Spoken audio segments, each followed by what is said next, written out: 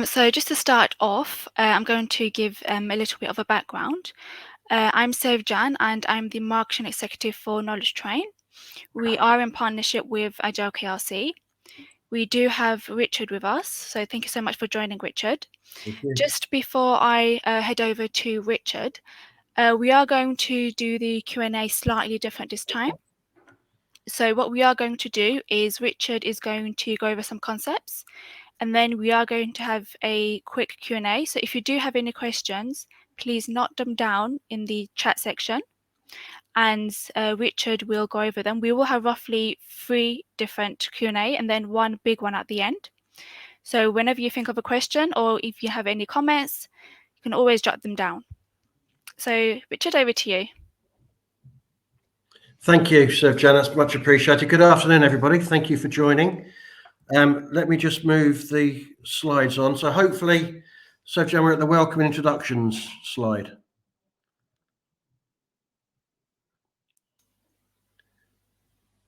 I'm so sorry, what did you say, Richard? So I'm just wanting to double check that you're seeing the welcome and introductions slide.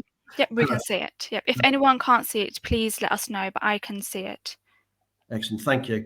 So very briefly, in my current role, which I've been in for the last sort of 6 months, I'm working for a digital leadership consultancy. So a fairly small specialist kind of organisation. But a lot of the subjects that we're going to talk about this afternoon really came from 5 years I had with Sopra Steria, who are a large kind of IT services digital consulting organisation. And I had a role there of Director of Programme Project Management. And for the 5 years I was there, whilst there were many facets to the role, my principal focus was on developing programme project managers. So I've managed to work, very fortunately for me, with some very clever colleagues in learning and development. And I learned a lot about the kind of the science and the approach towards developing people. And we developed programme project managers from people aspiring to get into project management, graduate and apprentices starting their project management careers, through to very experienced, very senior program directors. So I see on the poll, we have a mixture. So we have some people who are considering a career in project management, which is good. We have some people who recently joined project management. We've got some colleagues on the call who've been in project management for 2 years or longer. And I hope that there's something within this discussion this afternoon for everybody. And really the intent is to help you understand how the training and accreditation that you're doing with Knowledge Train sits in the broader context of your own development, personal development and professional development. So you can see we're going to explore a number of topics during the course of this afternoon. And as Sevjan said, what we'll do is we'll break it into sections so that we can reflect at the end of each section and take any immediate kind of questions that would help to clarify. So that's the outline for this afternoon. And really to set the scene, what I'd like you to kind of consider is about training or learning, as I would refer to it. Principally, it's about building knowledge. And there's a quote there that I really like from Confucius, which talks about, as you can read, I hear and I forget, I see and I remember, I do and I understand.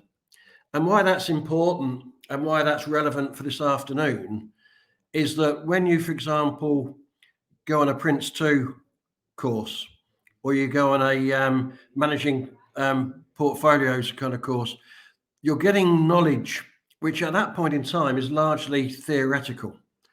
And it's when you actually take that knowledge and you get to practically apply it in your workplace, that's where you start to build competence and proficiency and expertise, and it makes you more effective as a project manager, because that knowledge is built into understanding, it's built into practical application. And it's a little bit like an analogy where, before you actually learn to drive, you do quite a lot of theoretical knowledge around the highway code before you first start the engine and drive the car. And you do a little bit of time in setting the car, understanding what the controls do and how it works. And over time, that knowledge with the experience of driving in different conditions on different kinds of roads helps you become a proficient driver. And the same's true in any professional kind of field about learning how project management in this case works, what the disciplines are, what the tools are, what the techniques are. It's increasingly as you apply those and use those, you learn how to refine them. You learn how to use them to best advantage. And so we're trying to put that learning into the context of your own personal and professional development. So where I'd like to start from is something called the 70-20-10 model. And this is academic research that's still very much at the forefront of learning and development best practice. And what it really talks about is the kind of pie chart in the middle of there kind of illustrates, is that we best learn and develop as individuals through what we call a blended mix. So training or the learning that you might do through Prince2, for example, is a really important element, but it's part of that 10% that's called formal learning. And in effect, when we break these three forms of learning down, the formal learning is something you'll be most familiar with, which is training. And where you go on a training course and the knowledge is relevant to the role, and it's something that you have a development opportunity that it helps to support. And when you're learning something and you can actually contextualize it and understand what it means in a practical sense, then that formal learning is a really important and a really powerful part of your learning as a project manager. Ultimately, where we look at the 70%, and these percentages are illustrative rather than prescriptive, but broadly 70%, the vast majority of your learning and development will be in your workplace. It'll be the time that you spend at work doing project management activity, kind of learning on the job a little bit, through experience. On occasion, you'll end up shadowing a colleague and you'll sometimes just observe colleagues and take lessons from them in terms of how they operate and the kind of things they do. You'll get feedback in your workplace, and day by day, you'll get to practice, repeat, and refine, and you'll understand how best to take that project management knowledge and build it into what you actually do on a day-to-day basis and become increasingly effective as a project manager. And broadly, those are the two major sources of learning and development that people tend to focus on at work. But one of the themes for this afternoon is actually when you take the formal learning and the interactive learning, so training, learning on the job, that's 80% of your potential learning and development. And what's really important is this concept of social learning that we're going to explore, which is broadly said, how you learn from other people, how you learn through interaction with other people. And that takes many forms. Sometimes you may have a colleague at work who will coach you or mentor you or guide you. And quite often it's through a network, and it might be a professional network, it might be a social network.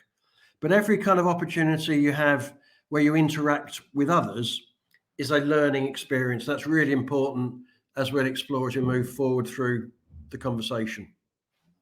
So the 70-20-10 model talks to us about how we learn and develop. So we learn through formal learning, we learn through practical application of the job and working as a project manager and gaining experience in project management. And then we learn through that social interaction. But what's really important to consider as well is where we learn. And in the majority of cases, that learning will be naturally occurring through the role that you do within the company that you work for. So 80% of your learning and development will be in your workplace. But the 20%, the kind of social learning, as it were, that can well be achieved and part of what you do at work. But equally, you can go beyond the workplace and you could, for example, join a professional association such as the APM or the PMI. You could join a mentoring program, either as a mentor or as a mentee. You could join other kind of social networks, and all of which go towards helping you build and develop from that social learning. And in my experience, that 20% comes mostly outside of your workplace. And it's the kind of thing that you can make choices about and you can kind of prioritize based on where you think you are in your development at any point in time. But it's something that I would encourage everyone to kind of think about and seek out, because it adds an extra dimension to the development you get naturally in your workplace. And so I'm just going to stop and pause for the first time for any immediate questions just on those concepts of how we learn and develop and where we learn and develop. Is there anything on the chat channel, Sir Cham? So a few people are typing, so Okay. let's just give a few minutes. That's fine. We're good for time. Yeah.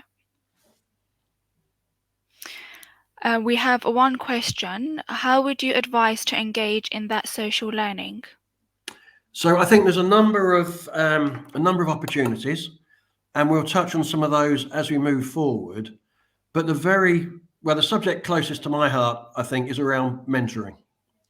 And so we'll touch on mentoring as we go through this afternoon. But in the majority of cases, and throughout our career, having a mentor is really important and really helpful to get a perspective and to help us kind of understand more about ourselves and about our development opportunities and about our potential. So I would definitely say mentoring is a great thing to look at and is a really fantastic way to develop through social learning. And I'd emphasize that as well as being mentored, and there's colleagues on the call who've got quite a lot of experience already in project management, there's something really powerful in actually being a mentor as well. And in its own right, being a mentor is developmental. There's a lot of skills that we learn in that space, and I'll touch on some of those as we move forward. But to answer the question and say the major area that I would encourage people to think about and explore is mentoring. We have another question. Do you have any recommendations on networks for PMs? Yes. So I've benefited a great deal through being a member of the Association for Project Management, the APM. Very similarly, we've got the Project Management Institute, the PMI. The difference really between the two is that the APM is a UK-based not-for-profits organisation. And therefore, the networking opportunities, now we're out of lockdown, include quite a lot of face-to-face opportunities. So, for example, next week, I'm doing a face-to-face event through the APM in Birmingham, specifically around mentoring. And the APM launched a mentoring program within program project management last year. And there's a lot of network events around through the APM, some of which are webinars, and they take an hour, and there's all kinds of subjects get covered there. There's project management type webinars around risk, around data, around change, around the project management disciplines. But also there's quite a lot of webinars that explore more behavioural kind of sciences as well. So there's a really broad range of kind of learning and networking opportunities through being part of a professional society. And I really would encourage people, particularly because it's UK based, I would say the APM, and through the engagement I've had, I've learned a lot, had an opportunity to meet a lot of people, and solve quite a lot of my professional challenges. Yeah, thank you. Amelia has asked if we can send her the slides. Based on that comment, we will be sending everyone the slides as well as the recordings. It will either be tomorrow or beginning of next week. Just wanted to point that out. We have a final question. If we only spend 10% in formal learning, why do companies place so much emphasis on specific programs like Prince2? So I think, firstly, in the world of project management, what's really important is consistency of practice. And therefore, for people to go on a training course such as the APM PMQ or such as Prince2, there's some really important foundational knowledge that you gain, which is really important to help you progress through a project management career. So a bit like the analogy of learning to drive, you could be taught to drive by, a family member or a neighbour. Someone could teach you to drive, but a qualified driving instructor will give you all of that training and guidance and context that give you the best form of understanding that knowledge and knowing what the right practices are. So for project management, understanding the methods and the practice is really important in its own right. And secondly, Going back to the Confucius quote, where you have training on a subject that's relevant to your role and it's important to you, it's really powerful. When you can learn something one week and practically apply it the following week, then that formal learning, whilst it's 10%, is incredibly effective and a really vital part of your development. So I think, what some companies do that isn't so effective in my experience is put people through training. Maybe they put people through Agile project management training, but then they don't give them a chance to manage Agile projects, in which case you could just as well have read a book. So I think the importance that companies place on training is absolutely justified, and it's correct, because you couldn't really develop without the right degree of training. I think, though, sometimes it's an overused resource, and going on a training course and not being able to apply the knowledge isn't anywhere near as effective as actually going on a training course and then going back into work and applying it in the workplace. I hope that helps. Yeah. We do have one comment. The driver instructor analogy was very relatable. Are we training? So that's good. If no one has no more comments or questions, let's move on. If you do have any questions, you can always jot them down. We'll go over them after. Okay, thank you. So what I'd like to talk about now is professional development and personal development. And the phrases get used quite a lot, but sometimes we're not clear about what it actually means and what the differences are and what the similarities are. So I just wanted to break that down a little bit.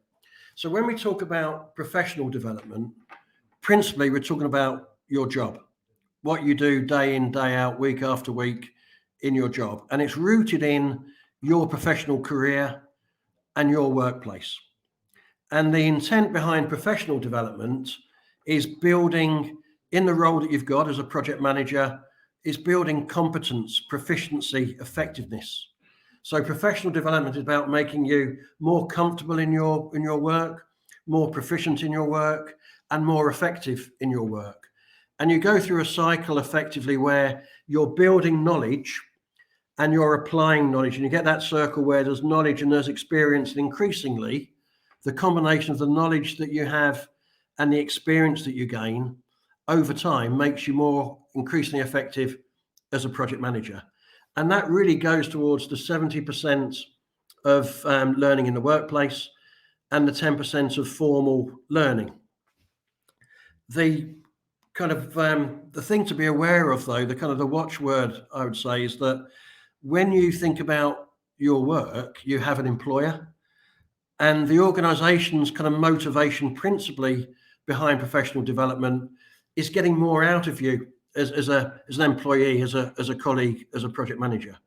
And so it's an investment, a bit like the training that goes to the question previously, it's about making you more proficient in your role and in your workplace. On the other hand, when we start to think about personal development, this is very different. So it's really about your growth as a person. And personal development, as the name implies, is all about you.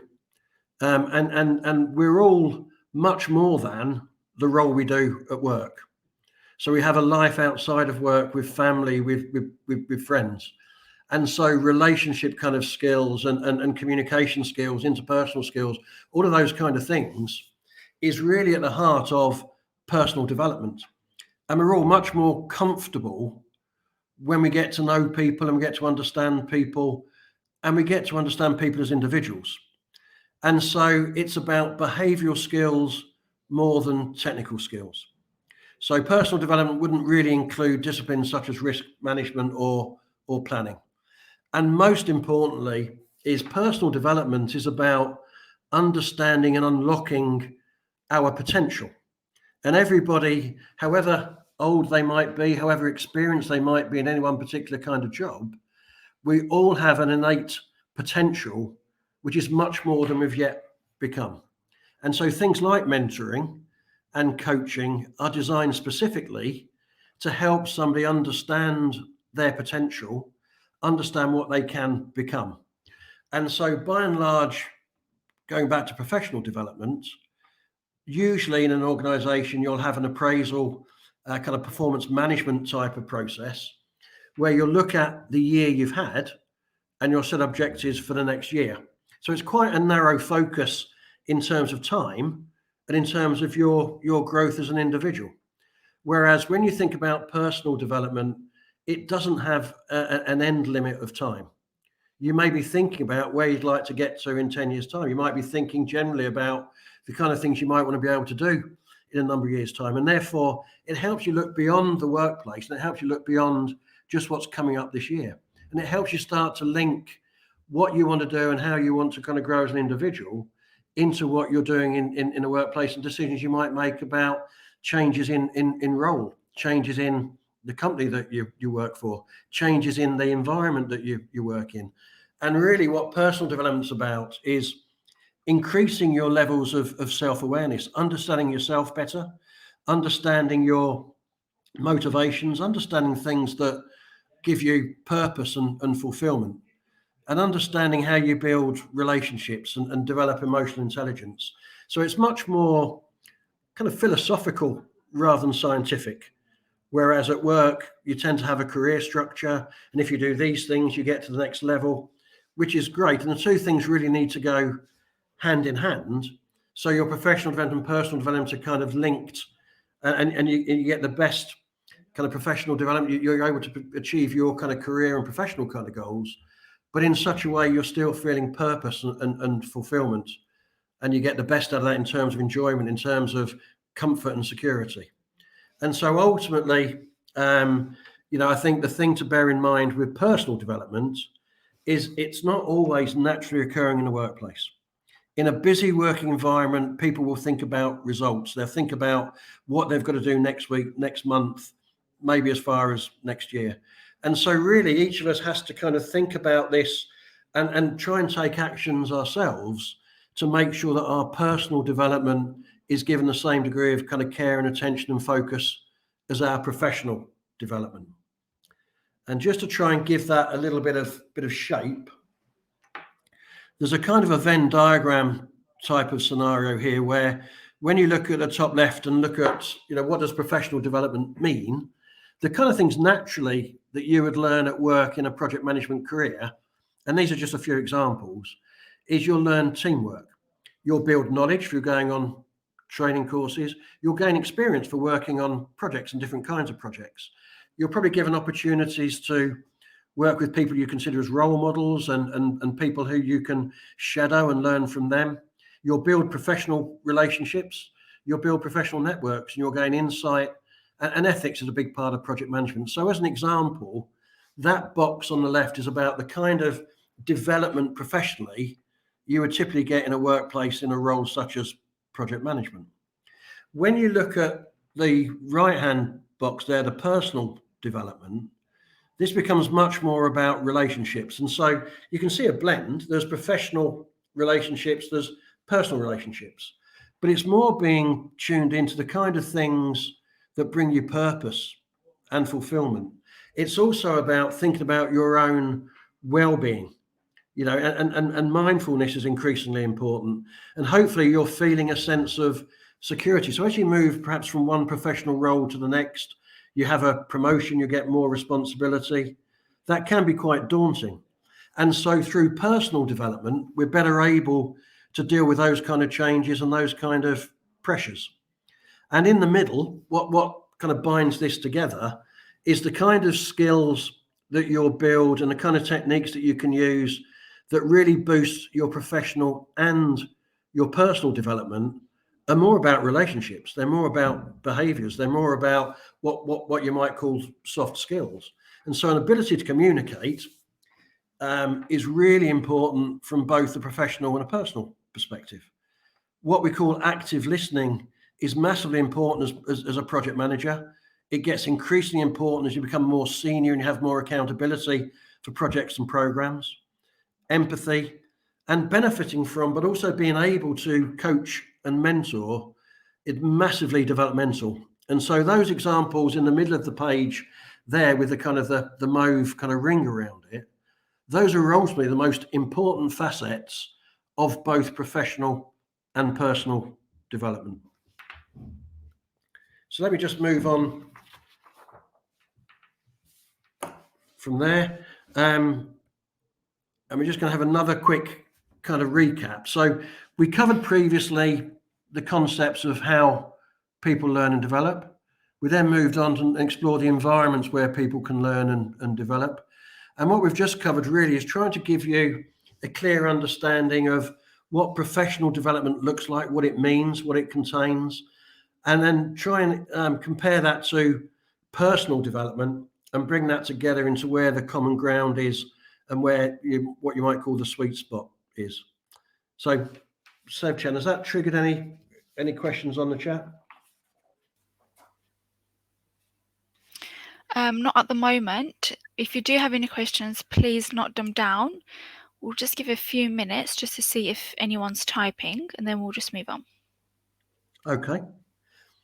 So while people have a chance to type or to consider, I think the thought process I'd ask you to kind of keep in mind as we go through this, it's almost like a little check and balance that you can do in your own role, in your own workplace, or even when you're thinking about how do I get into project management.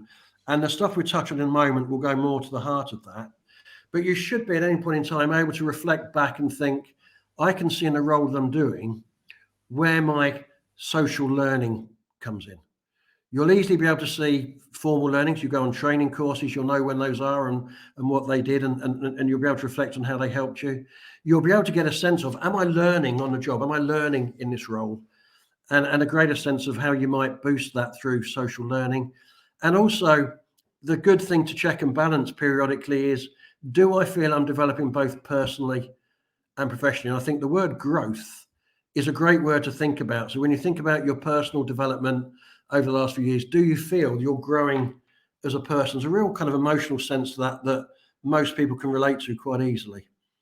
So have any questions come in, Sevchan? We have a comment from Greg, very motivating, thank you. I can see one person typing. Okay, thank you, Greg.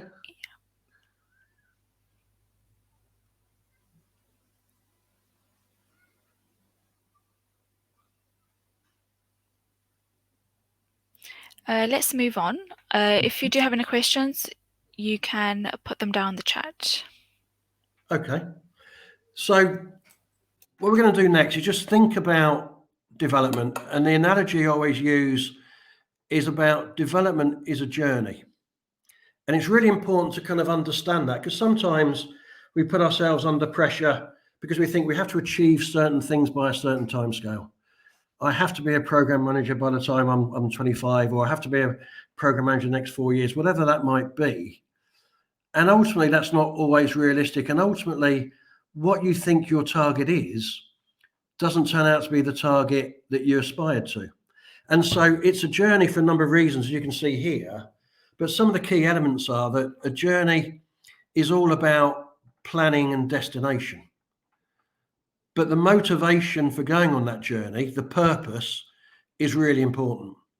And so when you think about setting goals, the most important question I think to ask is, whilst understanding what the goal is really important, the best question is why? Why is that important to you? What will it bring for you? What will it bring for people around you? What will it change?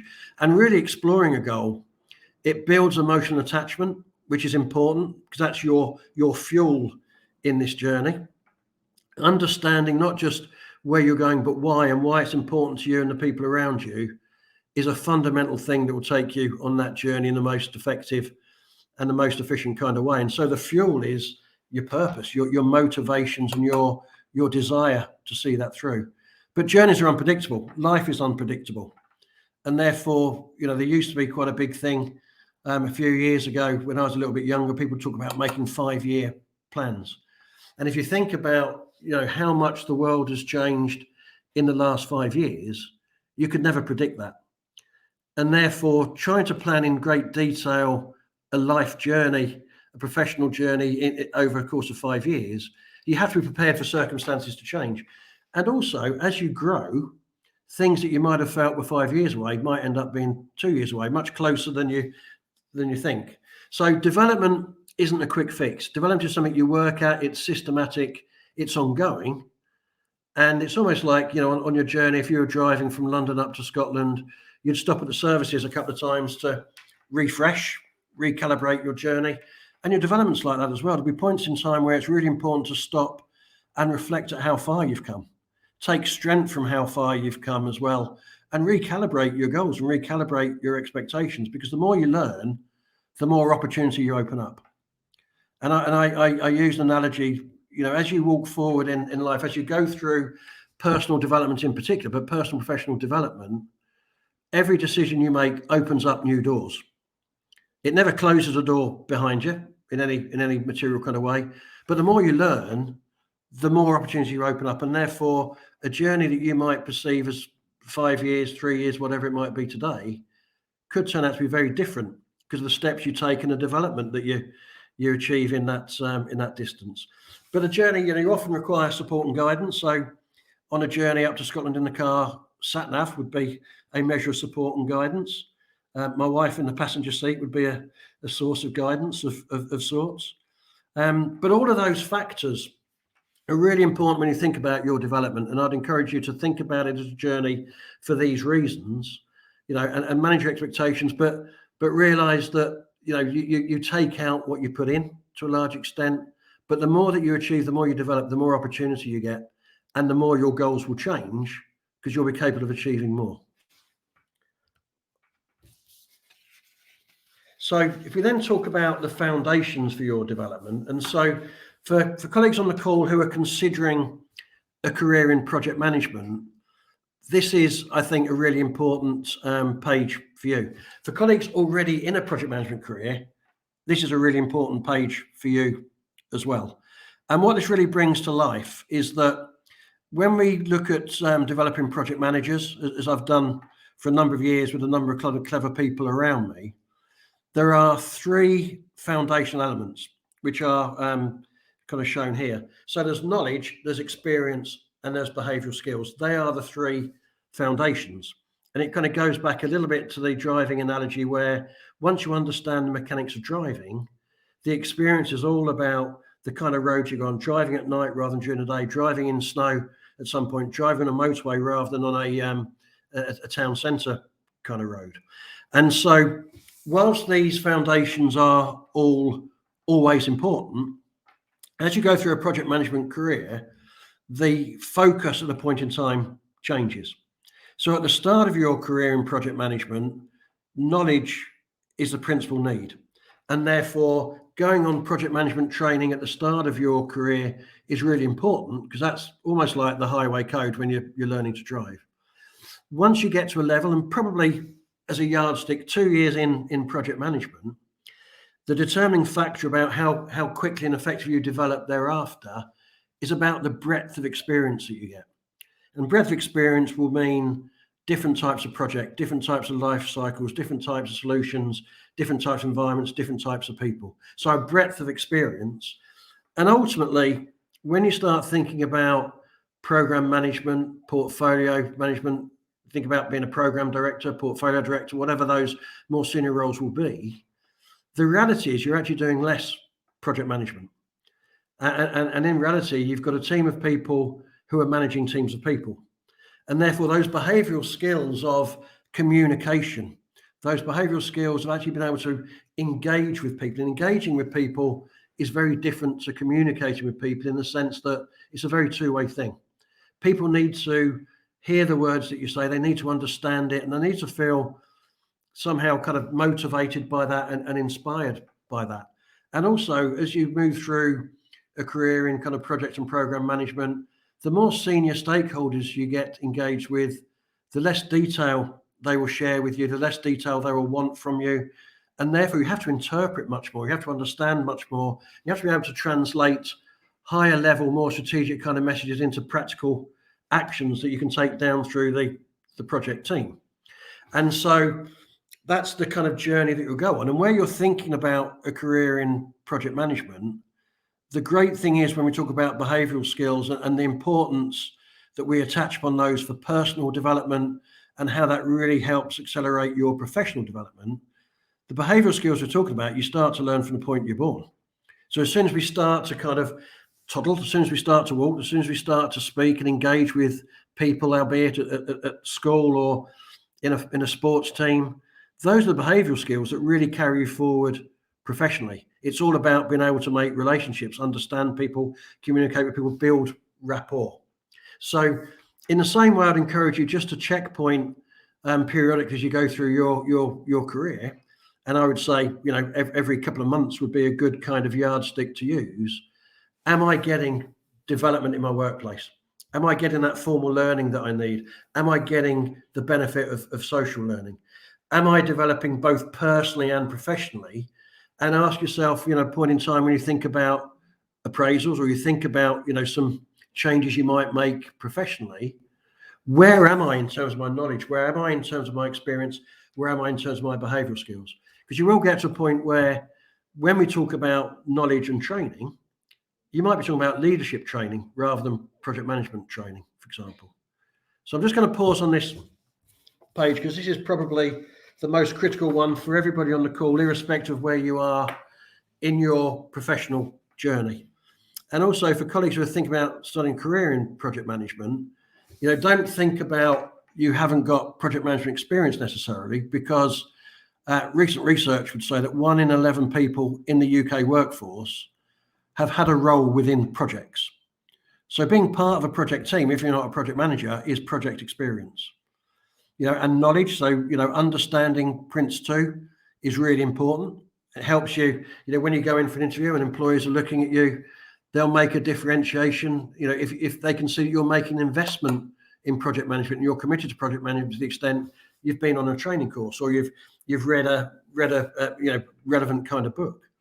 And experience can be relative. You can relate experience you've had outside of project management into a project management role, particularly where it's about organisation. It's about achieving milestones. It's about planning. A lot of the components of project management are things we do day in, day out in our personal lives. But ultimately, for people in a project management career, I would say really focus on breadth of experience and behaviours. And your knowledge gap will always exist. There'll always be an opportunity for training, but you can think more carefully and make a better investment of your own time in training, in cognizance of trying to maintain these 3 foundational elements. So from there, a very, very simple message, and I think this is really important and quite often gets overlooked because we think about projects quite mechanically in terms of we go through. So Prince will talk to you about phases. The APM will talk to you about a life cycle. But ultimately, the major reflection I have from my career, and I would go back and do things quite differently, understanding what I understand today, because I think when you come down to it and you look at it through the lens of projects delivered by people, with people, for people, then the word that clearly leaps out is that word people. And we understand a lot more these days around individuals. We understand about neurodiversities. We understand about personality traits. And therefore, without an ability to effectively understand yourself and without an ability to understand and recognize the differences in other people and make those differences become the strengths of a diverse team, then no amount of having a really good risk log or having a very well constructed plan will make a project successful. People make projects successful, and people who engage and inspire fundamentally are the most effective project managers. So having spoken about the foundations, and just to recap on those, there's also a concept of enablers and accelerators. And this kind of ties into the context of social learning. It ties into the context of the importance of behavioural skills. And so enablers through someone's project management career, training, absolutely. So formal learning, training is always going to be important, but it's got to be the right training for the right reason at the right time. But professional memberships, professional accreditation, so you can actually evidence, a level of understanding, a level of achievement, that's really important. And the concept of continuing professional development, CPD, you'll hear that a lot if you haven't already. And that really goes back to the journey analogy. Development is ongoing. The more you develop, the more your opportunities to develop further start to open up before you. And the accelerators really go towards that behavioural skills kind of piece about the benefit you can get from being coached or mentored, the benefit you can get from being a coach or a mentor, and networking in a number of different scenarios. Every conversation you have with somebody is a learning opportunity, and really tapping into that is just such a massive part. And quite often it's not widely recognised and not widely acted on. And as I say, it just ties back again when you look at the accelerators and you look at the graphic in the bottom left-hand corner and think about behaviour skills and their significance, self-awareness, communication, active listening. You don't have to wait to a certain point in your career to really focus on developing behavioural skills. It's not you have to do one thing after the other, but knowledge followed by experience is a kind of a critical path through a project management career.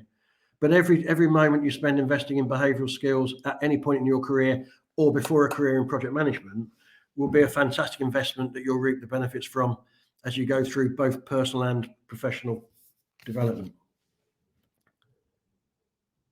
So moving forwards, so this is the last kind of detailed slide in the discussion. So five principles.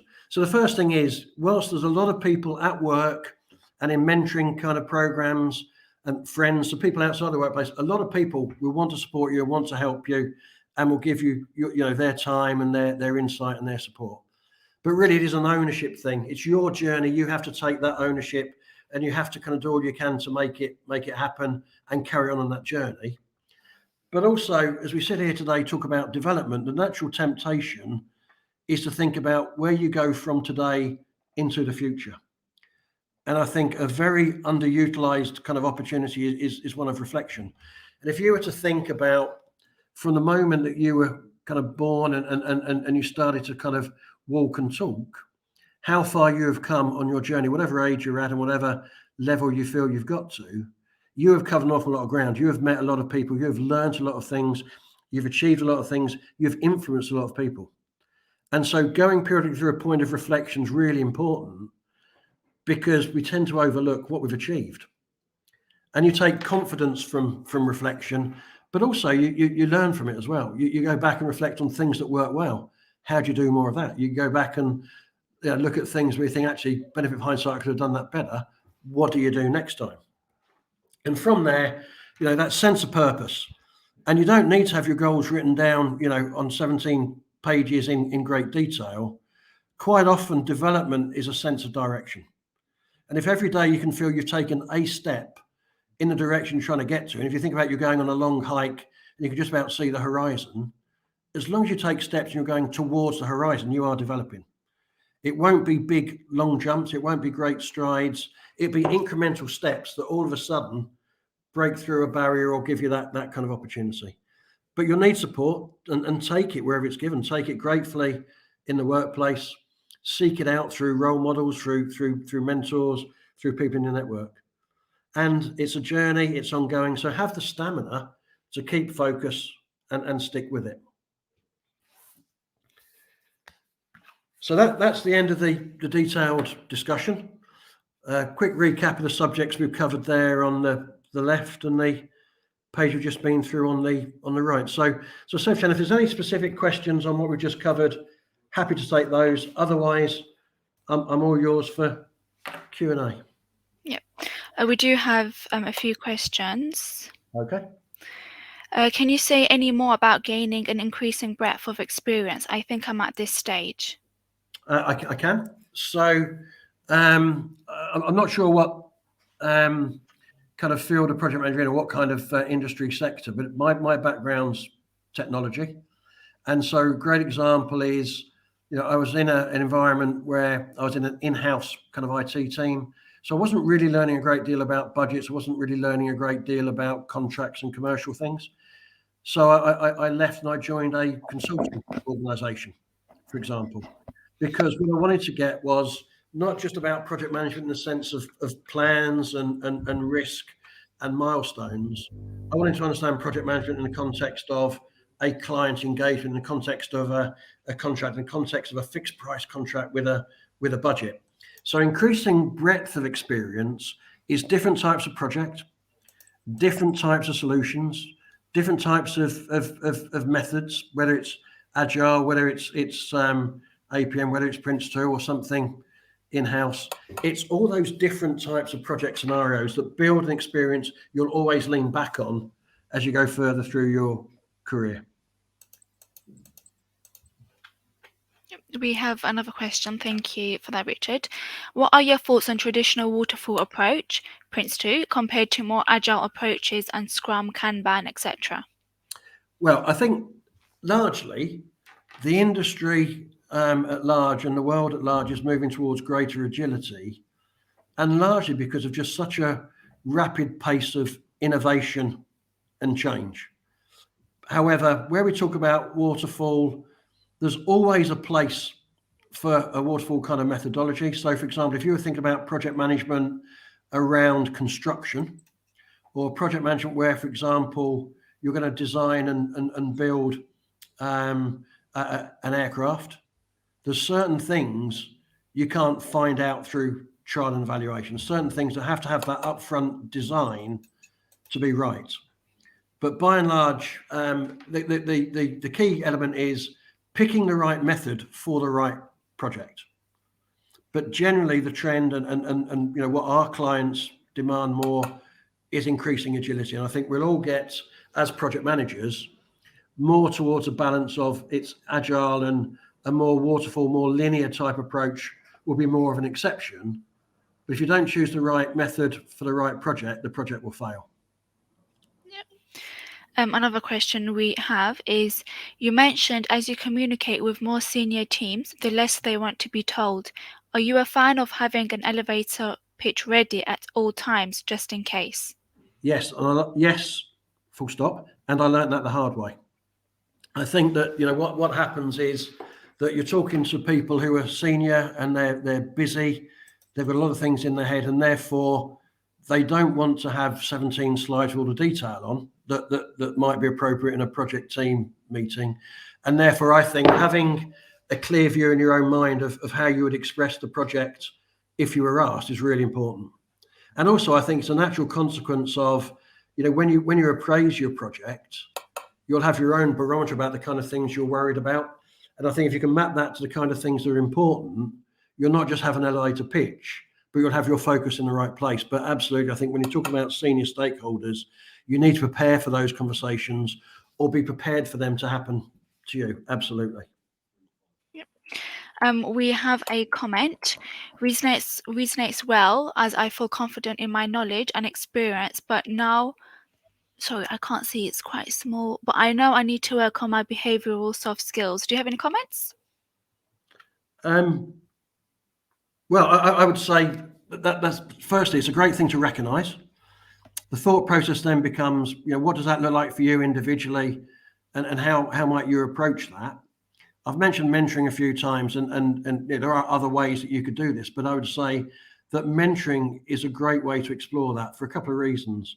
One is, by and large, a mentor will be somebody outside of the direct line of management in your particular project, your particular company, and therefore they won't have preconceptions, and therefore you won't be inhibited by talking to them openly about the kind of challenge you've got and what you'd like to achieve. And secondly, in a mentoring relationship, the focus is all about you. So it goes back to this personal development piece, and therefore it'll help you kind of tap into what are the most important things for you, and practically what might that look like in terms of steps that you take towards developing those behavioural skills. Equally, though, I would ask you to trust in the people around you at work and have those kind of conversations. And maybe in this instance, talk to your line manager and say, I think, in terms of my development, this is what I think is most important for me, and this is why. And can you help me? Can you get me some guidance? Can you get me support in these areas?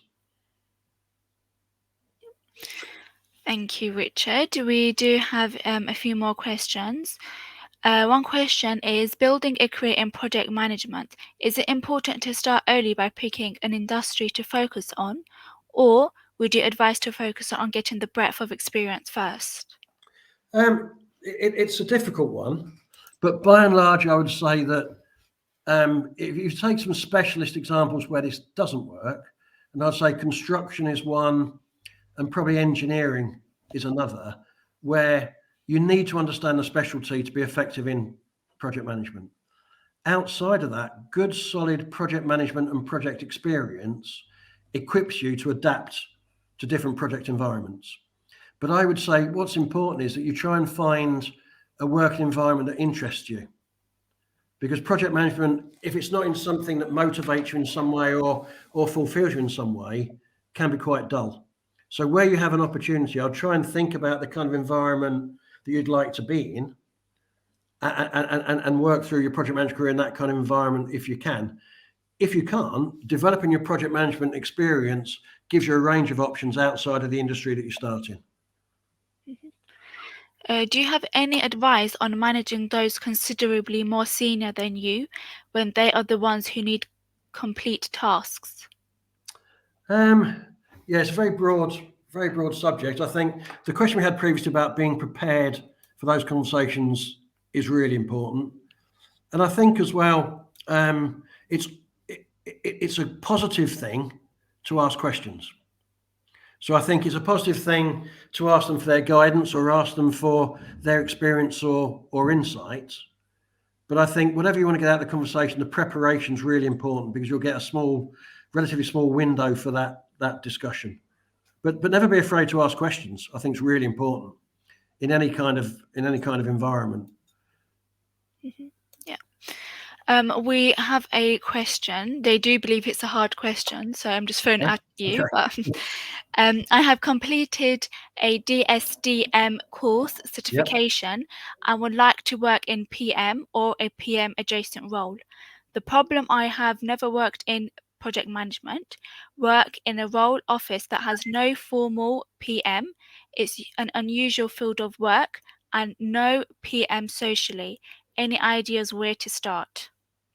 Well, I think from the understanding of going through the question, it's incredibly difficult, if not virtually impossible, to develop a project management career without being in a project management environment. So I think there's always concepts of project management you can apply in a role, but DSDM is principally more aligned to sort of software development, software engineering type of projects, not exclusively, but typically it's where it lends itself. And so I think, if your goal is to be project management in that kind of environment where you can apply the principles of DSDM, you may need to look at a journey into a different organization or a different environment. Yeah. Any good job boards to get an idea of other sectors that might pique my interest? Well, I would say, my experience, the safest and most reliable place to go and look at roles is LinkedIn. And I say that because you can look at opportunities on there, but also you can research the company. And I think it's important that when you look at an organization and making a change and going to work for a new company, as well as understanding the role, understanding the company and the culture a little bit. And LinkedIn's great for that. So you could take any kind of company, you could search them, go onto their page, and you get a list of the people who work there. And you can connect with a few of those people, look at what they're posting and see how they feel about the organization, as well as just understanding the organization through their marketing and through their website. I think that, the recruitment kind of world is so vast. You'll get good recruitment agencies, you'll get less than good recruitment agencies. But I think trying to get a sense of companies you'd like to work for, exploring that through LinkedIn is great, and making contact through LinkedIn with the right people is great. Having a good LinkedIn profile, that's things that people go and look at principally. And a good practice, just having a symmetry between your LinkedIn profile and your CV. But the roles I've had, we haven't had to go out to external recruitment agencies to resource those. But you'll find good and bad out there. But I think LinkedIn's a great way to find out where the open roles are, find out a lot about the companies, and maybe make some contacts so you get to find out about the roles before they hit the job boards. Do you need to be accredited PM before joining APM or PMI? No. So with the APM, there's a number of levels of membership, and one of which is associate, which is where people have a limited or no existing experience of project management. There's a full member where the application process is predicated on you've got 5 years of project management, but you could even join as a student as well. But no, for the APM, you can join as an associate. You'll get benefit of the networking kind of events and the webinars and the learning resources. And I would strongly recommend it. But there's no formal entry criteria as such. Yeah. Greg, I believe Robin has actually gave you a comment. So thank you, Robin, actually, for that. Does anyone have any more questions?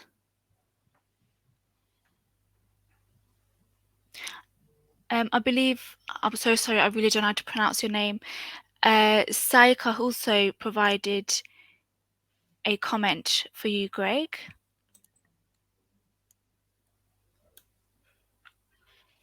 Just give a few more minutes if anyone has any more comments or questions. Okay, let me just go to your last page. Yeah. So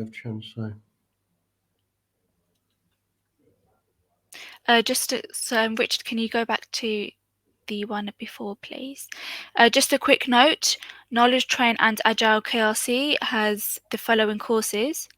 A few people in the comment section did want information. So if you do want information on any of these courses, please let me know in the comments and I'll be more than happy to send them over to you. Richard, can I go back to the last page, please? Yeah. Thank you. And these are our informations. So how you can get in contact with us. But apart from that, you can always let us know in the comments.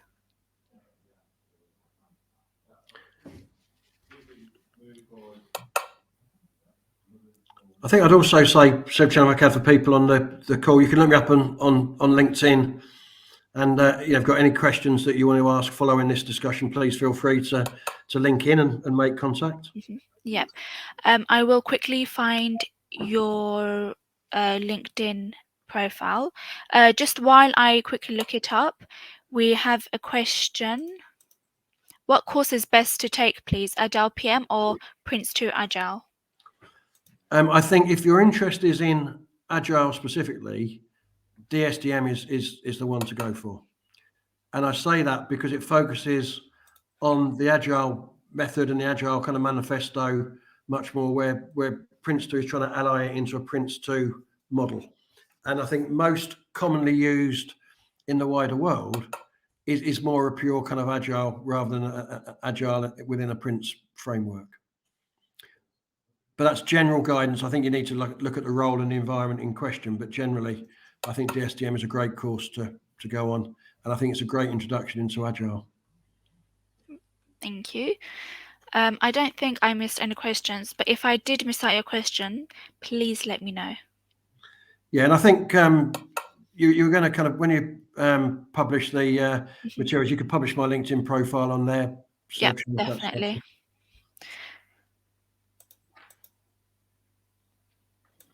Richard, a few people have actually thanked you for a very good session. Just while we are on it, I do have a few questions. Yep. Just to get the participants' feedback. So if you can answer these 5 or 6, I believe, 6 simple questions, it won't take a lot of your time.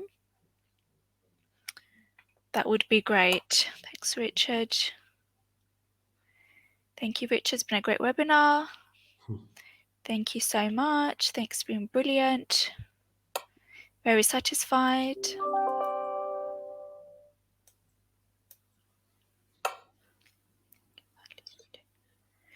Thank you very much. Really value the oops, keeps going up, going down. Really value the professional and personal development content. Good session. Sandra has actually commented, can we have Richard as a mentor? Well, I can definitely help with that. So, but I'd like to thank you all for taking part and participating. Been some great questions come through, so I've really enjoyed the experience. Thank you, Sevchan, for giving me the opportunity. I would also like to mention that on behalf of Richard, we will be donating to Leeds Hospital charity. So that is great. Obviously, Richard is the person that actually preferred.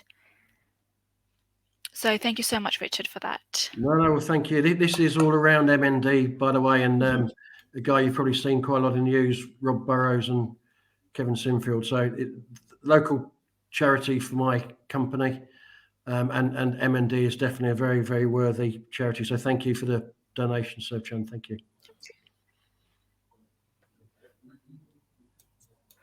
I don't think we do have any more questions.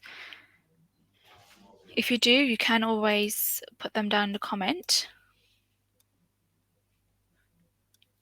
We'll just give a few more minutes just in case people has a comment. But if you don't, you can stay or you're free to go.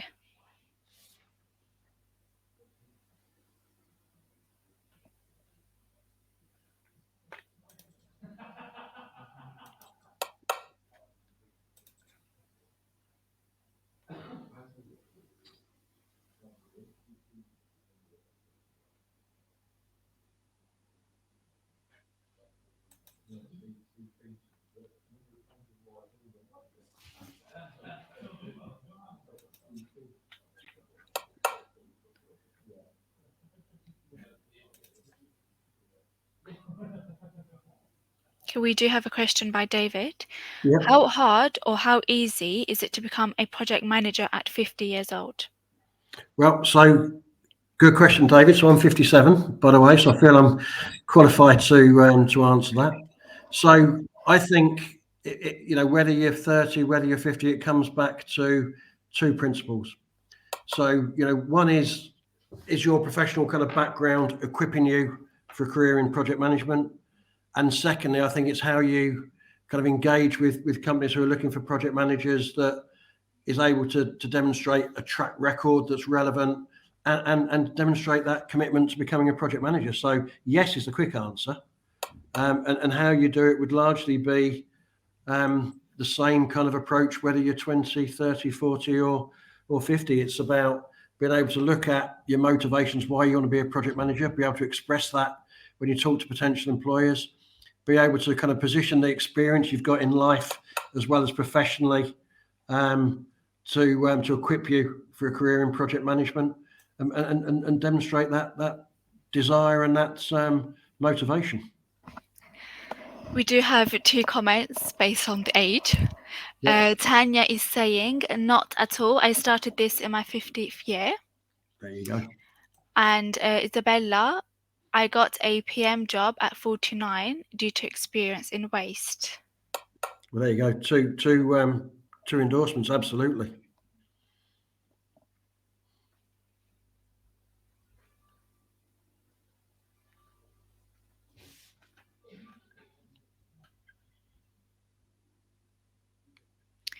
I think we should start ending. Oops, more typing.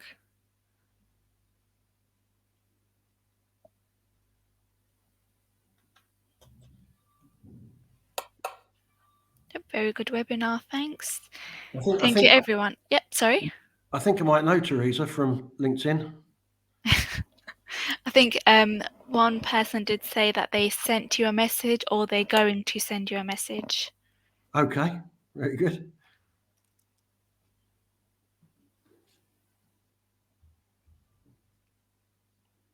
Yeah, Teresa's asking where my dog is. He's at home. He's at home sleeping, Teresa, I imagine. If he's not sleeping, he's eating.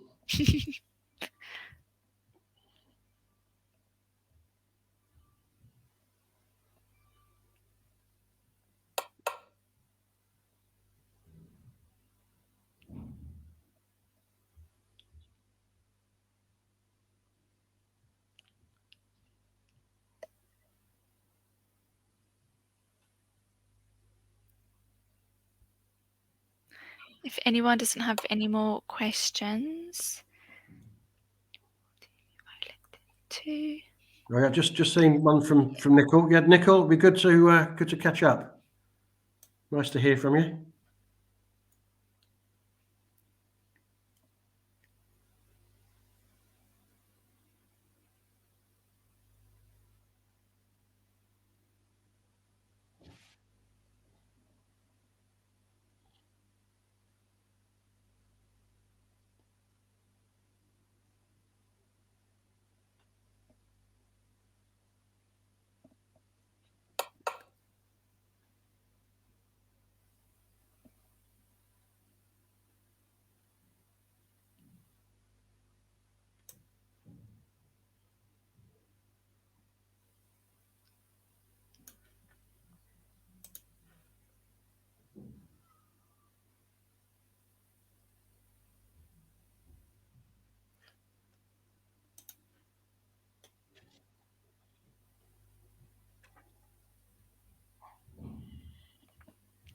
Doesn't seem to. Hope you have a nice weekend. Thank you.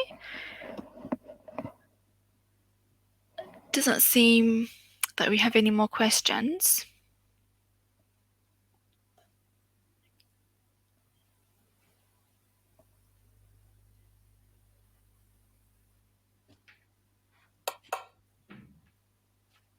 Thank you so much, David.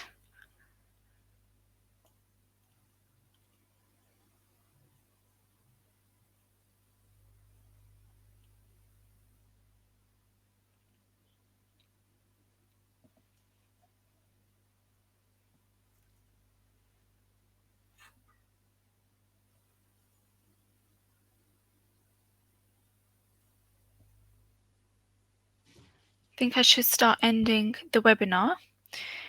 If you have any more comments, if you do have any questions, you can always email Knowledge Train, or I will put my email here as well.